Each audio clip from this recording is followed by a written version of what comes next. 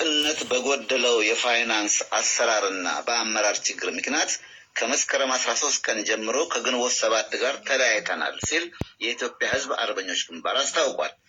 አርበኞች ግንቦት 7 ንቅናቄ በበኩሉ ከየትኛውም ጥምረት አልተለያየንም እያለ ነው።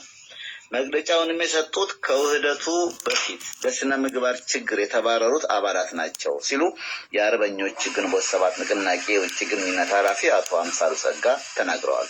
አስቴር በ1993 ዓ.ም ነበር በአራት የተለያዩ ድርጅቶች ጥምረት በበረሃ ውስጥ የተቋቋመው የኢትዮጵያ ሕዝብ አርበኞች ግንባር። በ2007 ዓ.ም ደግሞ ከግንቦት 7 ጋር ውህደት በመፍጠር ወደ አርበኞች ግንቦት 7 ለአንድነትና ለዲሞክራሲ ንቅናቄ በሚል ስያሜ ተቀየረ።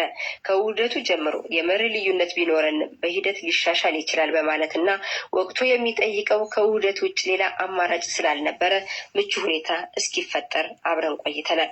በቆይታችን ግን ግልጽነት የጎደለው የፋይናንስ አሰራርና የአመራር ችግር እየሰፋ መጣ።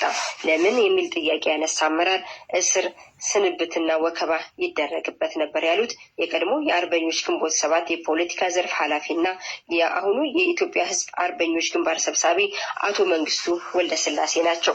በዚህም ከመስከረም 13 ቀን ጀምሮ በይፋ ተለያይተናል ይላሉ። ከውህደቱ ማግስት ጀምሮ ግን የአሰራርና የአመራር ችግሮች መታየት ቢጀመሩም በጠዋቱ ግጭት ውስጥ መግባት የለብንም፣ በንግግር እንፍታቸው እየተባለ ጊዜ ቢወሰድም እየባሰና ጭራሽ በስራ አስፈጻሚ ውሳኔ የተሰጠባቸው አጀንዳዎች ተግባራዊ እንዳይሆኑ ሲደረግ ሰራዊቱም የሚያቀርባቸው ጥያቄዎች በወቅቱ ምላሽ ሳያገኙ ሲቀሩ ከሰራዊቱ ጋር በቅርብ የሚገናኘው አመራር ጥያቄ ምላሽ መስጠት ባለመቻሉ ወደ አለመስማማት ሂደት ተገባ። በጉባኤ ሱም የኢትዮጵያ ሕዝብ አርበኞች ግንባር አመራሮችን በማስወገድ ድርጅቱን የፓርቲ ቅርጽ ለማስያዝ በተደረጉ ሂደቶች ይህንንም ለማስፈጸም ተብሎ በተጠራው ጉባኤ ላይ የተሳተፉ አመራሮች በሙሉ ከአሁን በኋላ በአመራርነት አንሰራም ብለው በአቋማቸው ሲወጡ የግንቦት 7 አመራሮች የሚፈልጉትን አይነት የፓርቲ መዋቅር ነድፈው ጉባኤያቸውን አካሂደዋል።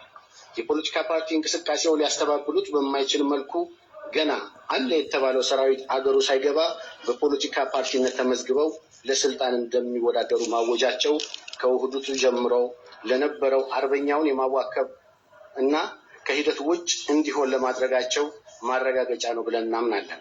ወንድሞቻችንን ህይወታቸውን የሰጡለት የአርበኝነት ትግል ለስልጣን ጥመኞች መሸጋገሪያ ድልድይ አይሆንም በሚል በግንቦት 7 አመራሮች ምክንያት ድርጅቱን ጥለን ወጥተን በአገር ውስጥ የፋኖውን ትግል የተቀላቀልንም ሆነ በሌላ ድርጅት ተጠልለን የቆየን ታጋዮች የድርጅታችንን ህልውና ማረጋገጥ አለብን ብለን ከግንቦት 7 ጋር ለመለያየት ውሳኔ ላይ ደርሰናል። በሚቀጥለው አንድ ወር ውስጥ ድርጅታችን ጉባኤውን አድርጎ በቀጣይ የምንታገልለትን የትግል ስልት አቅጣጫ እናስቀምጣለን ያሉት አቶ መንግስቱ በውጭም ሆነ በሀገር ውስጥ ያላቸው የቀድሞ አባሎቻችን ከጎናችን እንድትቆሙ በማለት ጥሪ አስተላልፈዋል። ይህ በእንዲህ እንዳለ የአርበኞች ግንቦት 7 ንቅናቄ የውጭ ግንኙነት ኃላፊ አቶ አምሳሉ ጸጋን በስልክ ጠይቀን የአርበኞች ግንቦት 7 ንቅናቄ አልፈረሰም፣ የተሰጠውን መግለጫ ህጋዊነት የጎደለው ነው፣ መግለጫውን የሰጡት ከውህደቱ በፊት በስነ ምግባር የተባረሩ የቀድሞ የግንባሩ አባላት ናቸው ብለዋል። የውል ስምምነት ስላለንም በህግ እንጠይቃለን ብለዋል። ከ2 ዓመት በኋላ ምርጫ አደረግን። በምርጫውን ላይ ተፕሮስ ተመራ ተመረጠ። በዛ እንትን ውስጥ ምልቶች የሉም። ከምርጫው በፊት ነው የወጡት። ከ2 ዓመት በላይ የሆናቸዋል ከድርጅት ከወጡ። ስለዚህ ምንም የሌጋል ግራውንድ ምንም እንትን የላቸው ሰዎቹ አሉ።